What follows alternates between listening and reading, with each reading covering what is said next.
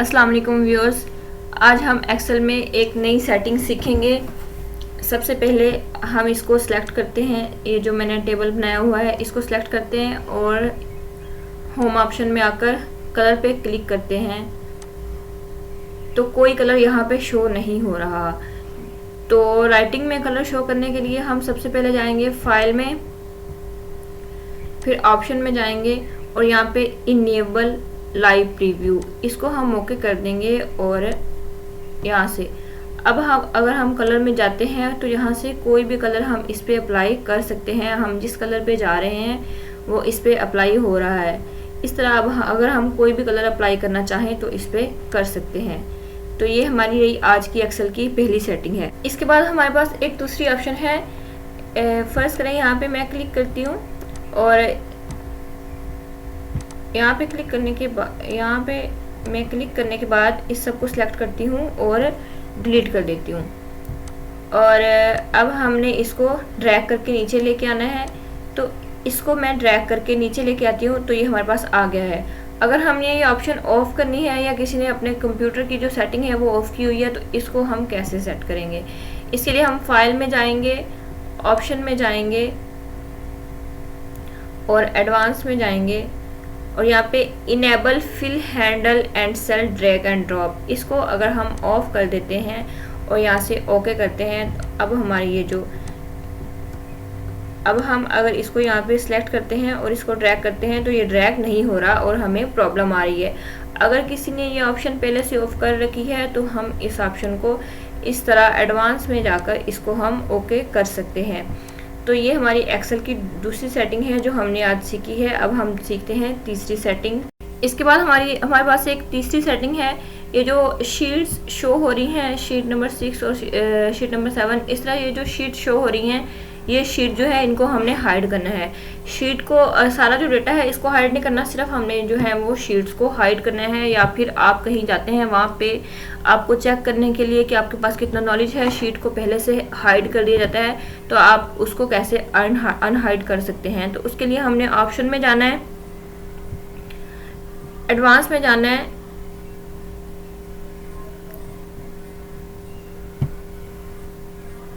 और इसको स्क्रॉल करते हुए नीचे लेके आना है।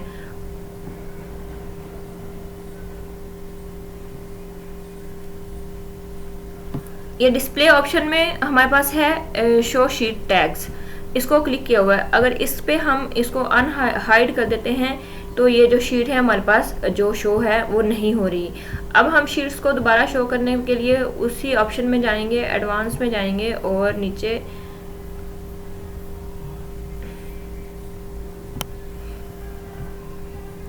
एडवांस में जाएंगे और इसको स्क्रॉल करते हुए नीचे लेके आएंगे और शीट टैग्स जो है इसको ओके कर देंगे।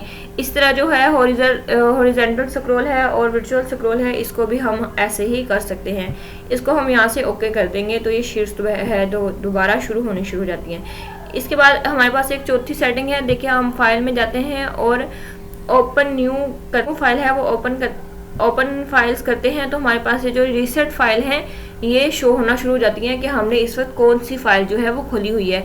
अगर हम इसको छुपाना चाह रहे हैं कि हमने कौन सी फाइल इस वक्त खोली हुई है तो इसकी भी हम इसी तरह सेटिंग करेंगे। ऑप्शन में आएंगे और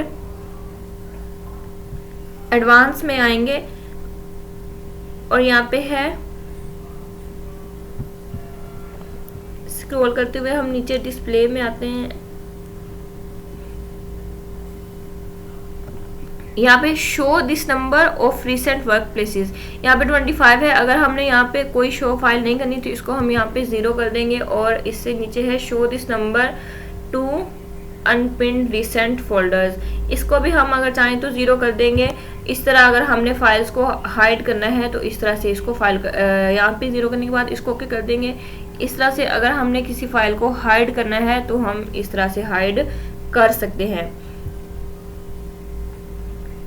इसके बाद हमारे पास एक पांचवी जो सेटिंग है वो है टेबल को जो है हम जो शीट्स है इसको टेबल में कैसे कन्वर्ट करते हैं। इसको सिलेक्ट करेंगे, इंसर्ट ऑप्शन में आएंगे और यहाँ से इसको टेबल में कन्वर्ट कर देंगे। ये जो सिलेक्शन है सारी है इसको यहाँ से हम ओके कर देंगे। अब अगर हम नीचे कुछ भी लिखते हैं, अगर मैं 11 डेट डालती हूँ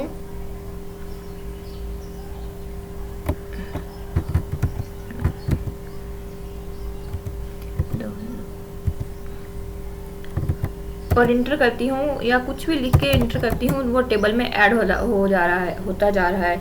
इस तरह कॉलम में अगर मैं कुछ भी लिख के इंटर करती हूँ, वो टेबल में ऐड हो रहा है। अगर हम चाह रहे हैं कि जो हम और इंटर करते हैं वो किसी टेबल में,